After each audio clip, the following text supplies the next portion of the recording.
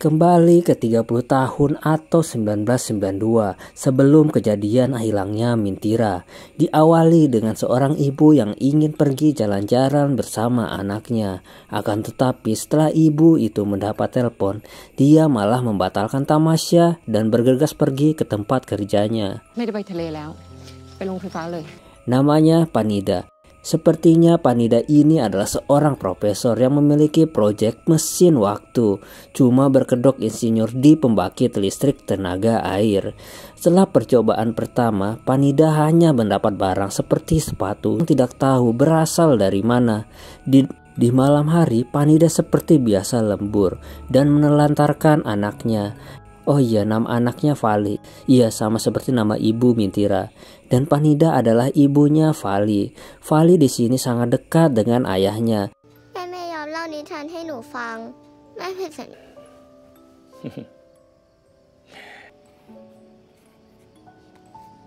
Tidak sengaja saat Vali tidur terdengar pertengkaran ayahnya karena dirinya. Itu membuatnya datang sambil menangis. Panida melihat anaknya menangis itu membuatnya sedikit sadar apa yang dilakukannya. Keesokan harinya mereka pun pergi bertamasya bersama. Akan tetapi, Panida seperti terpaksa membuat suaminya jengkel dan ingin balik saja. Namun Vali memaksa untuk jalan saja. Tapi Panida udah merasa marah dan memaksa turun dari mobil.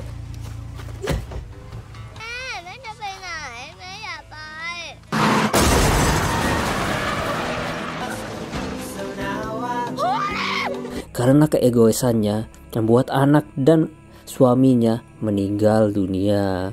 Beberapa harinya pun Panida masih tidak bisa melupakan dan menganggap dialah membunuh anak dan suaminya. Hingga suatu saat dia udah tidak sanggup dan mencoba mengakhiri hidupnya dengan terjun dari jembatan. Namun sesaat dia sebelum lompat melihat sesuatu yang aneh dan mirip seperti hasil penelitiannya dulu. Dan tidak sengaja sepatunya jatuh ke dalam gelombang aneh itu. Itu membuatnya sadar bahwa penelitiannya mungkin berhasil. Beberapa hari kemudian Panida pun memindahkan semua penelitiannya ke rumahnya dan berusaha untuk kembali ke hari kematian anak dan suaminya. Awalnya dikiranya itu gagal karena tidak ada efek apapun. Namun setelah beberapa saat kemudian, alatnya malah memunculkan seorang anak kecil yang adalah Mintira. Setelah Mintira sadar, dia pun mencari-cari ibunya.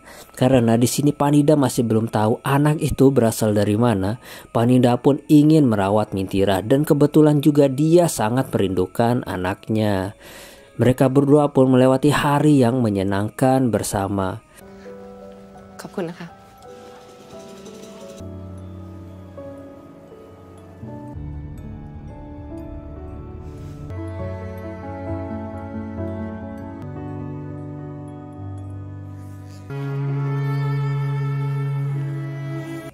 Dan saat ini luka yang di hati Panida karena kehilangan anaknya mulai menghilang. Bahkan saat ditanya Mintira ini anak siapa, Panida marah dan menganggap Mintira adalah anaknya. Dan menyuruh Nati untuk tidak perlu menanyakan apapun tentang Mintira. Beberapa hari pun terlewati. Suatu saat Panida masih teringat dengan putri kandungnya Vali dan masih ingin mencoba kembali ke masa lalu dengan mesinnya. Akan tetapi saat dia mencoba mesinnya untuk yang kedua kali, yang muncul di sana malah Vali, ibunya Mintira. Bahkan Vali menyebut-nyebut Panida adalah ibunya. Melihat semua keanehan ini, Panida pun bingung siapa dia dan dari mana asalnya. Di sini Vali berpikir udah mati karena bisa bertemu ibunya yang udah lama meninggal. Di sini Vali pun mencoba menjelaskan bahwa dia adalah anaknya. Mendengar penjelasan Vali membuat Panida pusing dan tidak bisa mencerna apa yang sebenarnya terjadi. Kembali ke waktu utama 2024, kini kepolisian melaporkan bahwa Vali dan anaknya menghilang. Namun mereka masih tidak mengerti bagaimana Vali bisa menghilang. Bahkan semua barang dan mobilnya masih ada di rumahnya. Saat di luar, Fah bertemu dengan Paman Nat dan menanyakan tentang lab di bawah tanah rumah ini. Dan juga ternyata para penyelidik menemukan foto yang biasanya dipakai saat meninggal dan menanyakan tentang foto itu. Paman Nat pun menjelaskan dia juga tidak tahu tentang lab itu. Namun tentang ditanya tentang fotonya, Paman Nat hanya menjawab itu adalah suami dan anak kandung ibunya Vali. Kembali ke Panida, saat Panida ingin memberi makan Vali, Vali masih mencoba menjelaskan bahwa dia adalah anaknya dan alasan dia sampai ke sini. Vali pun menjelaskan bahwa dia awalnya tinggal di sini, akan tetapi saat dia mencari anaknya, tiba-tiba berada di ruangan lab ini. Mendengar kata anak, Panida pun sadar bahwa perempuan ini adalah ibunya Mintira. Menyadari semua ini, Panida pun panik dan tidak tahu harus ngapain. Kembali ke Fah yang masih mencari-cari penyebab kenapa Vali dan anaknya menghilang. Tiba-tiba Fah dipanggil ke kantor untuk menemui seseorang.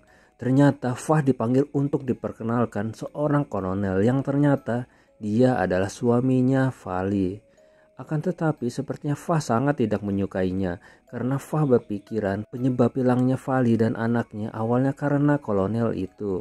Saat di ruang kasus, tidak sengaja Fah menemukan berkas tentang rumah yang ditempati Vali dan anaknya dan menemukan senjata yang aneh yang harusnya itu senjata modern.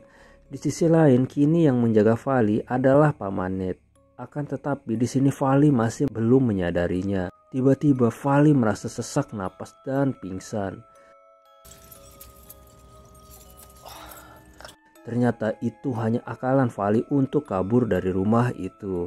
Sesampai di pintu keluar, benar saja Vali menemukan anaknya Mintira. Akan tetapi belum sempat Vali keluar, Nati menangkapnya. Di saat yang sama, Panida muncul. Kembali ke Fah yang ternyata mencurigai kolonel suaminya Vali yang menculik Vali dan anaknya. Akan tetapi saat dia memeriksa CCTV, tidak sengaja dia malah melihat perselingkuhan tim leadernya dan menyadari bahwa dia dimanfaatkan oleh tim leadernya tersebut. Di sisi lain, tidak ingin hal sama terjadi lagi, Panida dan Nati berencana untuk membunuh dan membuang Vali ke suatu tempat. Akan tetapi Vali menemukan kesempatan dan menginjak rem tangan mobil itu, membuat mobil itu terbalik. Untungnya Vali selamat dan berusaha kembali ke rumah Panida.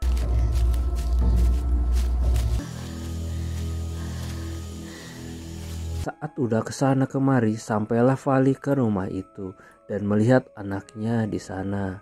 Akan tetapi Vali malah terpukul oleh Nati dan membuatnya pingsan. Di sisi lain, Fah mendatangi ayahnya yang kebetulan pensiunan polisi yang menyelidiki kasus di rumah Panida 30 tahun yang lalu. Sepertinya ayahnya Fah ini seorang pemabuk dan dia dulu sangat kasar ke ibunya, membuat Fah tidak suka kepadanya. Setelah menanyakan tentang kasus 30 tahun yang lalu, ayahnya Fah juga tidak tahu karena seorang psikopat yang masuk ke rumah Panida dulu tidak memiliki data dan informasi sama sekali.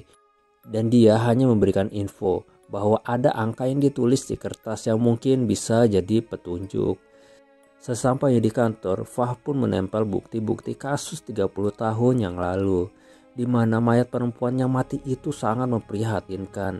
Dia terjatuh dari lantai 2 dalam keadaan gosong karena terbakar. Tiba-tiba penyelidik yang memeriksa pistol yang ada di kasus itu memberitahu bahwa pistol itu buatan 2006. Jadi mereka pun bingung kenapa bisa ada di tahun 1992. Kembali ke tahun 1992, sepertinya Vali sadar bahwa dia berada di masa lalu karena mendengar radio tahun 1992 dan mencoba menjelaskan bahwa semua ini hanya salah paham karena Nati berpikir bahwa dia adalah seseorang yang menyelinap masuk. Vali pun menjelaskan bahwa dia adalah anak dari bosnya.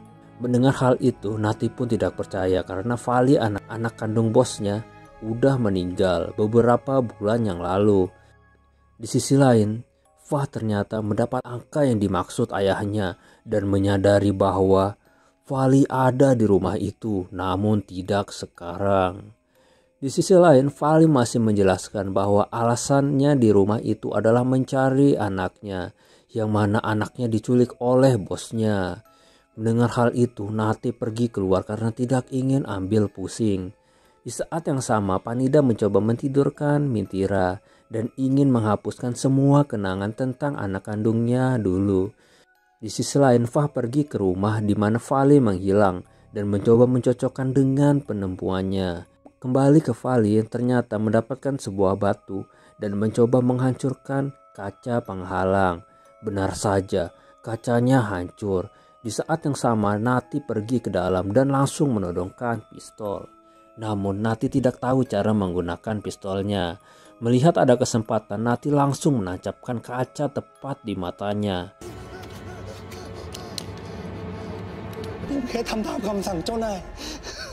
Dengan keadaan terluka dan berdarah-darah, Fali dengan perlahan menuju ke ruangan utama dan mencari Mintira.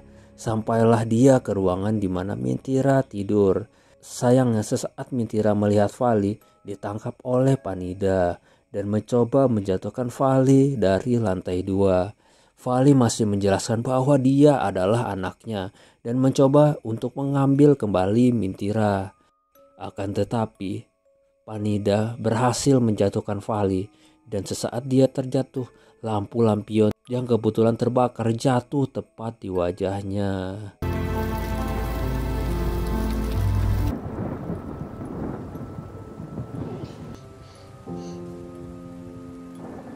Kembali ke Fah yang udah sadar apa yang terjadi dan menangis kenapa bisa Fali mengalami nasib semalang itu.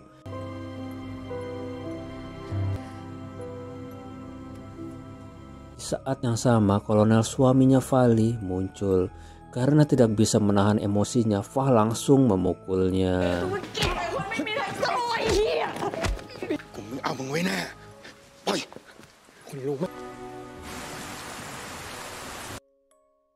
Kembali ke tahun 1992, di mana rumah Panida kini banyak polisi yang menyelidiki kasus kematian Fali. Itu yang dimana di tahun itu masih misteri siapa sebenarnya dia. Akan tetapi di tahun 2024 Fah udah berhasil mengungkapkan apa yang sebenarnya terjadi. Di sisi lain, Mintira mengalami lupa ingatan dan kini Panida mengubah namanya menjadi Fali. Dan inilah awal loop paradok dan kita akan diperlihatkan kisah bagaimana Fali tumbuh. Dari SD, SMP, SMA, kerja, dan bagaimana dia tumbuh. Kita juga diperlihatkan di mana masa tua Panida. Dan saat dia sakit, dia juga melihat perkembangan Fali yang menjadi mirip seperti wanita yang pernah mengunjunginya dulu. Dia pun menyadari bahwa itu benar-benar anaknya. Setelah beberapa bulan, Panida meninggal dunia. Kita pun diperlihatkan di mana Fali menemukan suaminya, menikah dan mempunyai anak.